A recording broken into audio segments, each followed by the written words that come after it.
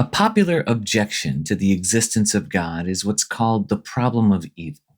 Basically, it says that if there's such a good and loving God, why do all the bad things happen on earth? They'll notice terrible things like children with diseases, murder, war, all of these things. And they'll say, if there's this good, loving God who loves us, surely he wouldn't let all this happen. Now, that is a good argument if one has the idea that God is writing the script. Many Christian philosophers and apologists will say that, well, through these negative things, God is working out something good somehow that we might know in time and that it's something only God could know. Now, there could be an element of truth to that, but if someone is wondering about God or having an objection about God, then they're not even coming from the same place of belief in God. So any excuse that's philosophical, that includes God, won't mean much to them. But I think I found an interesting solution, or at least a pathway to the solution. And I'd love to hear what you think about it. I think this is something that we all can agree on, perhaps. The highest ideal in this universe is love.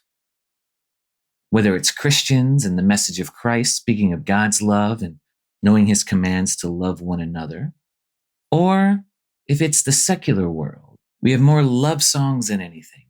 And movies and books all have an aspect of love in them, and it would seem weird if they didn't.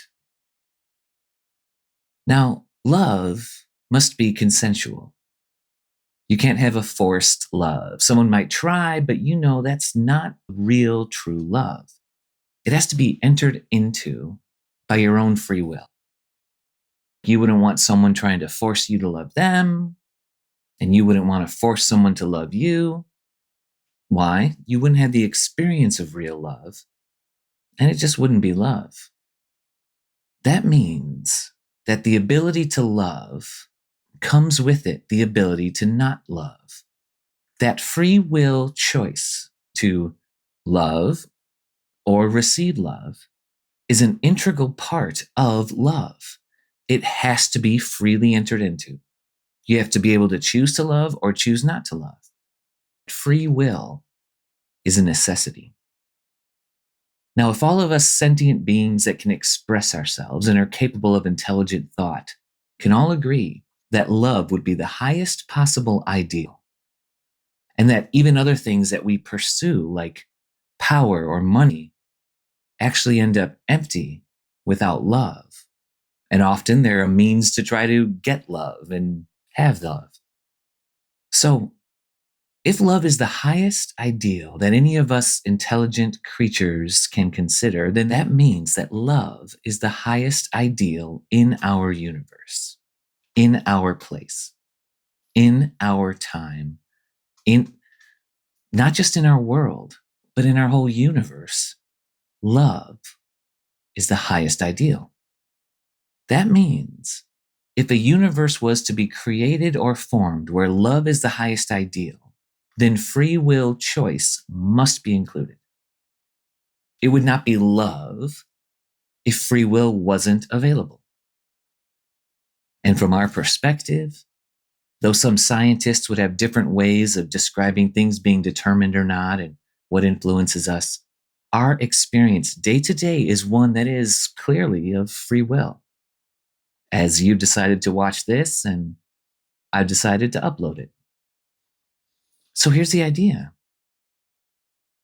If love is this highest ideal, and the free will acceptance or rejection of love is an integral part of love, then this universe by necessity must be a free will universe.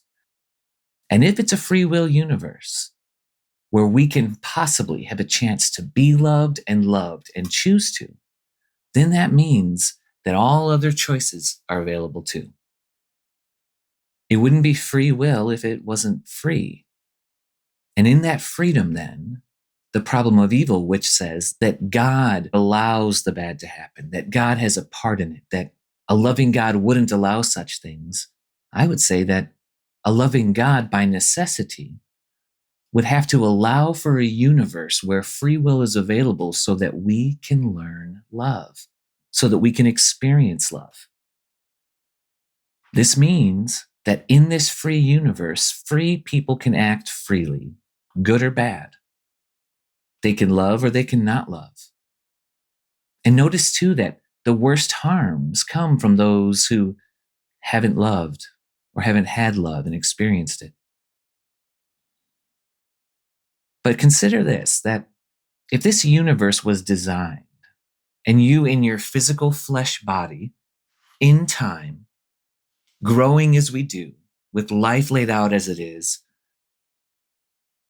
if the ultimate goal was love, then it makes sense that God's message was love, that Christ's message was love, and that God is love.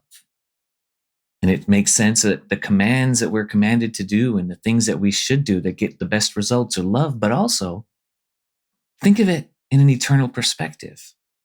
This part of your journey on earth, this universe, which was created where the highest ideal is love, your journey here through this part of your existence is to learn love, to learn about love, to experience love, to learn to love, and loving in all the ways that that includes, from loving the unlovable to growing in yourself to become more lovable. But that this universe then was created in love by the God of love so that you could experience love, His and all the other kind of loves we have in our lives. So for the problem of evil, just as when evil is done to us or when we found ourselves in a cycle of being evil or doing evil, the answer is love. The answer is God's love in us and through us, but also the freedom where we are able to love each other, able to love our enemies, able to love our thorns, able to love God. This universe was created so that you will know love. And I pray that happens in your life. But with the freedom comes the possibility for those to choose the opposite of love. But let's not make that mistake.